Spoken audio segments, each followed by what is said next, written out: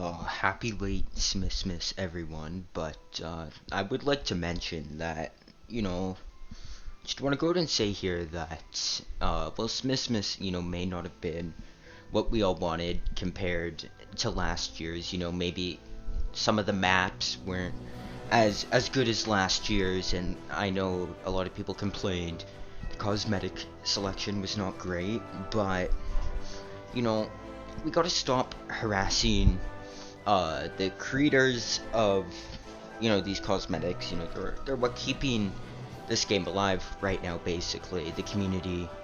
But the main topic here I want to focus on is we need to stop blaming Valve for all of this.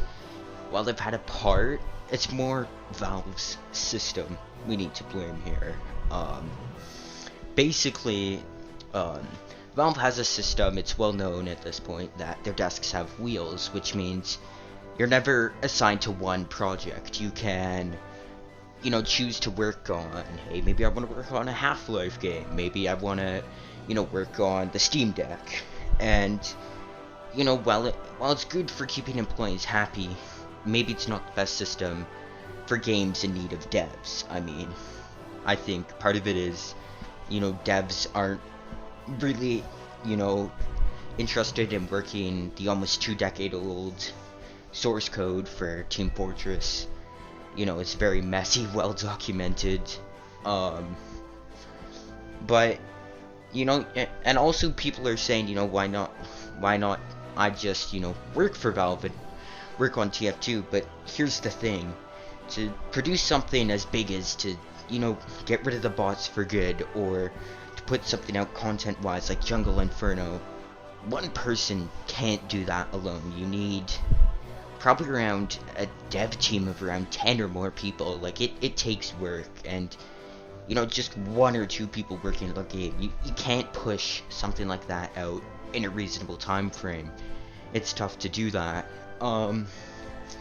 So the thing I want to say is basically, it's not Valve has their company policy with the moving desks, and it's hard to get, you don't have a specific dev team for Team Fortress with like assigned employees. Like, you can choose to work on it, and we're still getting the bug fixes, probably around once a month now, and that's huge. I'd like to go out and say, like, a lot of games as old as Team Fortress, they don't have dev support anymore. Like, the game's abandoned, but the fact that they're still putting out bug fixes and at least attempting to fix the bots, it's huge. So we need to stop blaming them and harassing them for not doing what we expect, like the heavy update or the bot fix. Like, that's not something that changes overnight. And obviously Valve, for a company their worth, they're still a fairly small company, like about 200 to 300, 400 employees. And obviously the Steam Deck is going to be coming out soon, so they're putting a lot of their effort into releasing the Steam Deck. Obviously Steam maintenance, keeping Steam online, that's huge. And also other projects, running other games, CS:GO, Dota 2.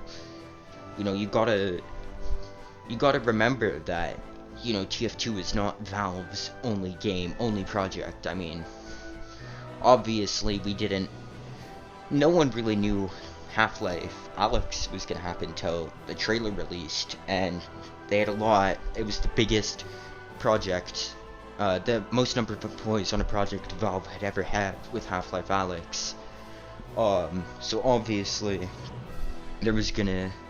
we don't know what they're working on. Basically, we can't get inside Valve and see what they're making. So that's all I wanted to say. Just keep our hopes up for an update, but remember, like, we're lucky to have gotten the bug fixes and occasional content updates with community cosmetics and maps. That's all I wanted to say, and have a good one.